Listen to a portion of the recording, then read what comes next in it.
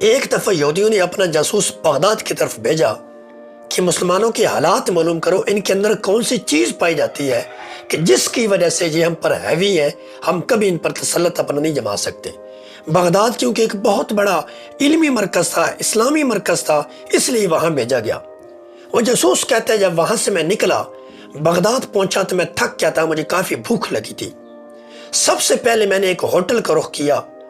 Hotel کے اندر جا کر میں بیٹھا، بڑا پرسکون ماحول تھا، ہر طرف مسلمانوں کی اکثریت تھی، ہر طرف علم کے محفلیں تھی، فقہ کی باتیں ہو رہی تھی، شریعت کی باتیں ہو رہی تھی۔ میں نے وہاں جا کر کھانا آرڈر کیا۔ کھانا کھاتی ہوئی میں نے دیکھا میرے سامنے کوئی مسلمان مجھے غور سے دیکھ رہا ہے۔ ایک دو دفعہ میں نے دیکھا کہ واقعی وہ غور سے دیکھ رہا ہے، تو میں سمجھے شاید میں کوئی نیا شہر میں آیا ہوں، مجھے پہچانے کی کوشش کر رہا ہے۔ میں اپنے کھانے میں مگن ہو گیا۔ کھانا کھانے کے بعد میں جب اٹھا، کاؤنٹر پہ جاتا ہوں، اس سے میں بل پتہ کرتا ہوں۔ وہ کہتے ہیں صاحب آپ کا بل ہو گیا ہے۔ میں نے کہا میرا کوئی پہچان والا یہاں نہیں ہے، بل کیسے ہوا؟ کہا وہ آپ کے سامنے مسلمان بیٹھا تھا، اس نے آپ کا بل دے دیا، آپ اجنبی شخص ہیں، تو اس نے کہا آج کا بل میری طرف سے، آج کی مہمان نوازی میری طرف سے۔ کہا پھر وہ چلا گیا؟ کہا اس لیے چلا گیا کہ وہ یہ بھی سننا گوارا نہیں کرتا کہ اس کے بدلے میں تم اسے شکریہ کا لفظ ادا کرو۔ بڑا حیران ہوا، اور واقعی ایسی تاثرات ہونے چاہیے۔ کہتے ہیں میں وہاں ہوٹل سے باہر نکلا، بازار کی گلیوں کی طرف گیا، مجھے کوئی چیز خریدنی تھی، میں ایک دکان کے اندر چلا گیا۔ وہاں میں نے دیکھا چیز پڑی تھی، بڑی اچھی کوالٹی تھی۔ میں نے چیک کی، پھر اس سے پوچھا، اس نے بتایا اتنی کی ہے۔ میں نے پیمنٹ دینی چاہیے تو اس نے کہا صاحب میرا ایک مشورہ، اگر مان لیں تو بیچنی میں نے چیز ہے لیکن مان لیں تو اچھا ہوگا۔ میں نے پوچھا کیا بات ہے؟ وہ دکاندار کہنے لگا صاحب وہ سامنے والی دکان پہ چلے جائے، یہی چیز وہاں پڑی ہے اور اتنے ہی داموں کے اندر آپ کو مل جائے گی جتنے میں کہہ رہا ہوں، آپ وہاں سے لے لیں۔ کہتے ہیں میں تجسس کے اندر اٹھا اور اس دکان کی طرف بڑا، دیکھا وہ چیز واقعتاً پڑی تھی، کوالٹی بھی ویسی تھی۔ میں نے ریٹ پوچھا تو ایک جیسا ریٹ تھا۔ مجھے سمجھ آ گئی کہ یہاں پورے ملک کا نظام ایسے چلتا ہے۔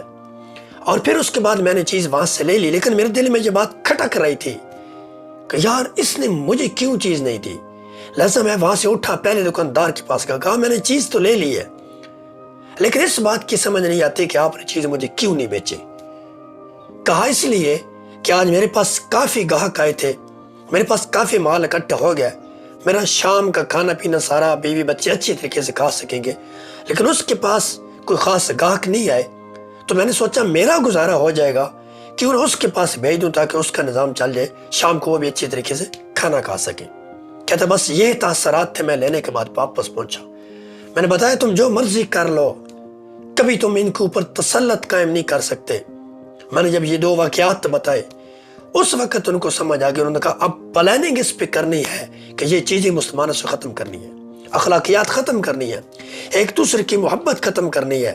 جو میرے حضور نے فرمایا تھا کہ مسلمان دست واحد کی طرح ہے، ایک جسم کی طرح ہے، فرمایا ان کو توڑنا ہوگا، ان کے دل کے اندر مال کی محبت ڈال کر الگ الگ کرنا ہوگا۔ پھر انہوں نے ہم پر ایسی یلغار کی، آج دیکھ لے معاشرہ کہاں سے کہاں تک پہنچ گیا۔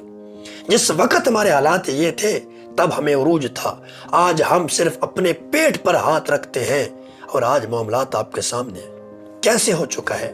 جب تک پلٹ کر دوبارہ ہم اسی طریقے پر نہیں آئیں گے، اسی راستے پر نہیں آئیں گے، تب تک ہم پر ظلم ہوتا رہے گا، یہ لوگ ہم پر تسلط قائم رکھیں گے، اور جس دن پلٹ کر اس راستے پہ آ گئے پھر اللہ کی وہی رحمتیں ہوں گی، پھر اللہ تعالیٰ اس کائنات میں سب سے عظیم اور سب سے بلند ترین اگر قوم بنائے گا تو وہ مسلمانوں کی قوم ہوگی۔